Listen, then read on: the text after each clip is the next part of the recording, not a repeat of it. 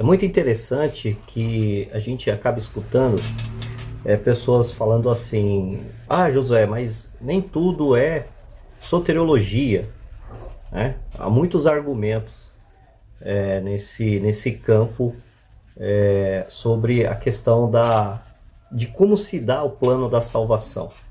E deixa eu dizer uma coisa: sabe por que essa frase ela se expandiu muito?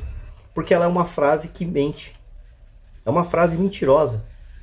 É uma frase que foi incorporada para que as pessoas não estudem o plano da salvação, para que as pessoas não estudem aquele plano que Deus planejou e colocou em execução após a queda do homem. Então as pessoas tentam fugir de tudo quanto é forma, né, dessa questão, né, do plano da salvação, e vem com aquele jargão. Nem tudo é soteriologia, mas essas pessoas estão erradas, estão ensinando errados, e tem muitas pessoas caindo nesse conto do vigário. E eu vou mostrar dentro das escrituras. Aqui em Romanos, no capítulo 1, versículo 16, olha o que Paulo fala aqui: porque não me envergonho do evangelho de Cristo, pois é poder de Deus para a salvação de todo aquele que crê, primeiro do judeu e depois do grego, porque nele se descobre a justiça de Deus de fé em fé, como está escrito: o justo viverá pela fé.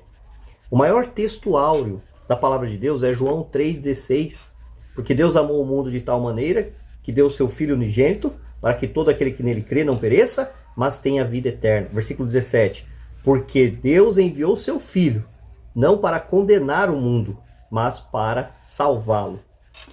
Então, todo o processo das Escrituras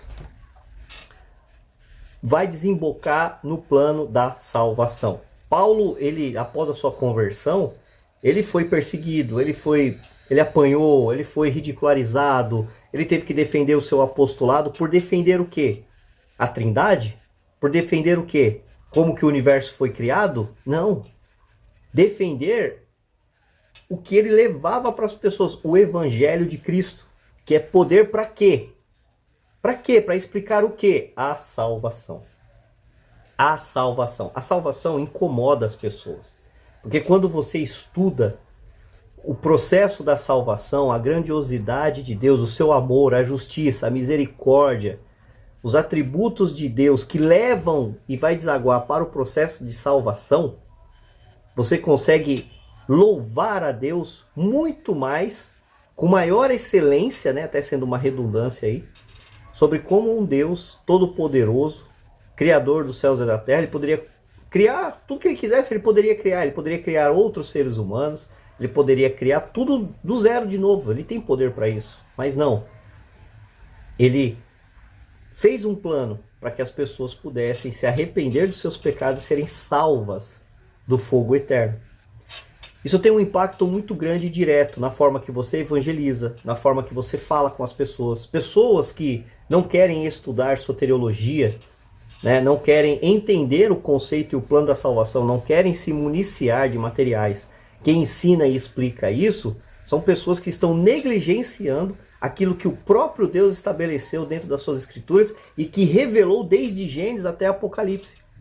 Quando a gente fala com as pessoas, a gente fala sobre salvação, a gente respira salvação. Não existe uma doutrina maior dentro da gente e que tem impacto direto. As outras matérias teológicas vai desencadear na salvação, porque esse é o plano de Deus, é isso que Deus estabeleceu para a gente. Então há uma necessidade de se estudar sim a doutrina da salvação. Josué, mas tem muitos embates teológicos. Tem muitos embates teológicos. Tem muitos embates teológicos, mas uma pessoa que não estuda o plano da salvação ou que vai negligenciar isso daí apenas por causa de um jargão, que nem tudo é soteriologia, é uma criança nas escrituras. É uma pessoa que está negligenciando a forma e o trato das escrituras. Está negligenciando. O que você vai oferecer para uma pessoa, um perdido no meio da rua? Um pão com mortandela? Um pão com presunto? O que você vai falar para ela? Quando você vê uma pessoa que está perdida, passando por um problema, você vai falar para ela que Deus foi quem criou o mundo? Falando haja luz e acabou, você fecha a porta e vai embora para casa? Foi para isso que Jesus comissionou os seus discípulos? No final de Marcos, capítulo 16, vai dizer, ide por todo mundo e anunciai o quê? O meu evangelho, né? Que é a salvação, que é isso que Paulo ressalta aqui. É isso que Paulo está ressaltando aqui. E o final de Mateus? A mesma coisa. A mesma coisa. Olha a ordem de Jesus Cristo no final de Mateus. Portanto, ide fazer discípulos de todas as nações, batizando em nome do Pai, do Filho e do Espírito Santo, e ensinando a guardar todas essas coisas que vos tenho mandado. E eis que estou convosco todos os dias, até a consumação do século. Final de Marcos. Olha o final de Marcos, né? Será que Jesus mandou os seus discípulos falarem e pregarem e estudarem outra coisa que não fosse isso? Todas as outras matérias são importantes e fazem parte da teologia, e nós devemos sim estudar elas e não podemos negligenciar elas. Mas a doutrina áurea da teologia é a da salvação. A doutrina áurea de tudo que a gente estuda é a salvação. Olha o final de Marcos aqui. E disse-lhes, ide por todo mundo e pregai o evangelho a toda criatura. E quem crer e for batizado será salvo, e quem não crer será condenado. Essa é a ordem de Deus. Como que as pessoas usam um jargão de que nem tudo é o plano da salvação? É por isso que muitas pessoas acham que a pessoa vai ser salva se fizer caridade. É por isso que as pessoas acham que vão ser salvas porque são boazinhas. É por isso que as pessoas pensam que elas vão ser salvas porque elas deixam a Bíblia aberta em cima na prateleira da sala da casa das pessoas. É por isso que as pessoas acham que são salvas se forem para um templo budista, se participarem de centros espíritas, porque nem tudo é salvação. Então as pessoas vão negligenciando essa matéria, essas pessoas vão negligenciando esses aspectos, e assim o negócio vai desaguando. E quando as pessoas são confrontadas sobre isso, porque é assim, as pessoas são confrontadas, a gente gostando ou não, a gente achando lindo ou achando feio. As pessoas não sabem falar sobre o assunto, as pessoas viram as costas e vão embora. As pessoas não sabem defender as suas perspectivas, as pessoas não sabem como manejar bem a palavra da verdade, que é o que o próprio apóstolo Paulo fala. A gente vê lá em Atos dos Apóstolos, que faremos nós para sermos salvos? E Pedro fala, arrependam-se dos seus pecados. Pedro não falou para eles, olha, para vocês serem salvos, faz o seguinte, vocês conhecem a história do tabernáculo de Jerusalém? Não foi isso que Pedro falou ali. Não foi isso que Pedro falou ali. Arrependam-se e sejam batizados em nome do Senhor Jesus Cristo, que é o Evangelho, que é o que Paulo fala, pois não me envergonho do Evangelho do Senhor Jesus Cristo, que é poder para a salvação. É poder para a salvação. Então, meus irmãos, não caia nessa conversa fiada. As pessoas precisam se municiar de materiais, sim, porque isso tem impacto direto. Como é que você vai levar o Evangelho para as pessoas se você não se importa com a doutrina da salvação? Se você não se importa para o destino onde essas pessoas vão estar indo? Como é que você vai ter ânsia de pregar realmente o Evangelho, de orar pela vida das pessoas, para que elas venham se arrepender, se você não estuda a doutrina da salvação e se você cai nessa conversa fiada dessas pessoas que não querem ter compromisso com a doutrina da salvação? Porque tem embate, porque tem isso. A nossa vida tem embates. A nossa vida existem conflitos. Ou alguém vive em uma vida no fantástico mundo de Bob, por acaso, que não há discussões, que não há pensamentos, que não há, como que eu vou dizer, estudos sobre algum outro aspecto da nossa vida.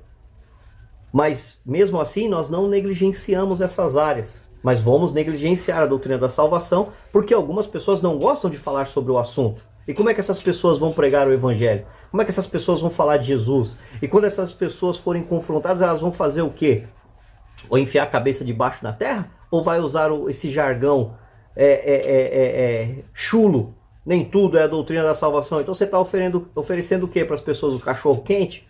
E se as pessoas não receberem a palavra do Evangelho e te questionar, você vai falar o quê? Vai falar nada? Vai ficar quieto? Jesus, quando mandou os discípulos irem por Samaria levando o Evangelho do Reino e dizendo para que as pessoas se arrependessem, aquilo também envolvia o plano da salvação. Também envolvia aquilo que Deus havia traçado para a humanidade, inclusive para Israel, seu próprio povo, a qual ele veio. Negligenciar a doutrina da salvação é negligenciar o que você deve levar para as pessoas. o propósito de salvar.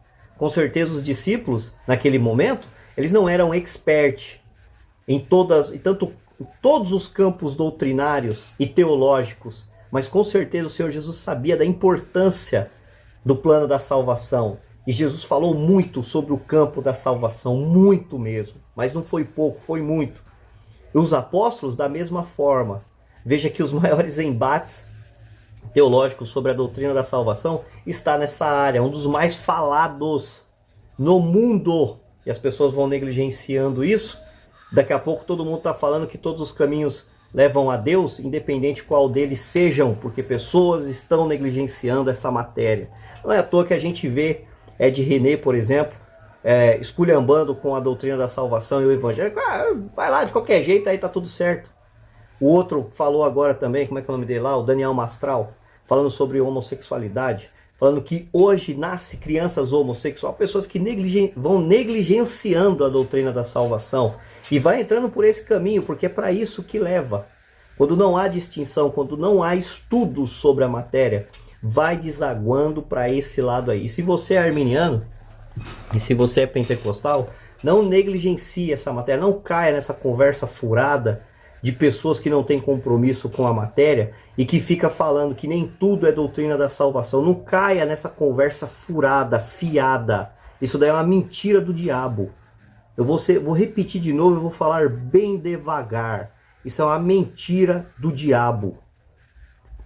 Tudo é a doutrina da salvação, porque fechando os olhos aqui, nossa eternidade será selada. Fechando os olhos aqui, nossa eternidade será selada para sempre. Ou a gente vai ser salvo, ou a gente vai ser condenado mediante a oferta do evangelho. Não negligencie essa matéria, não caia nessa mentira diabólica. Não caia nessa mentira diabólica. E quando alguém virar e falar para você que nem tudo é soteriologia, repreenda essa pessoa. Repreenda essa pessoa. Porque essa pessoa está querendo que você negligencie ou querendo enfiar outros materiais em vocês que não é do seu campo teológico. Quero deixar aqui uma indicação desse material aqui, ó. Uma introdução ao arminianismo clássico. Vai falar sobre os 5 pontos do arminianismo e como se dá esta doutrina, tá certo? E vocês vão ter aí um ótimo material, custo-benefício, sobre este material aqui. A doutrina da salvação tem impacto direto no seu meio de pregar, no seu meio de evangelizar, no seu meio de orar e no seu meio de ver as pessoas e o desejo de que elas realmente se arrependam e se convertam. Não caia nessa conversa furada, não caia nessa conversa do diabo. A palavra de Deus, a doutrina áurea, o ponto central é a doutrina da salvação, porque Cristo é quem foi enviado ao mundo para salvar, salvação. É isso que nós oferecemos às pessoas. É por isso que nós oramos, é por isso que nós intercedemos, é por isso que nós não desistimos das pessoas. E um bom cristão, um bom crente, ele não precisa dominar todas as matérias, mas essa, em específico e particular, essa merece a nossa atenção bastante mesmo. E temos que nos mergulhar, debruçar para aprender ela e responder ela com fé, com convicção e manuseando bem a palavra da verdade. Deus abençoe a vida dos irmãos e até o próximo vídeo.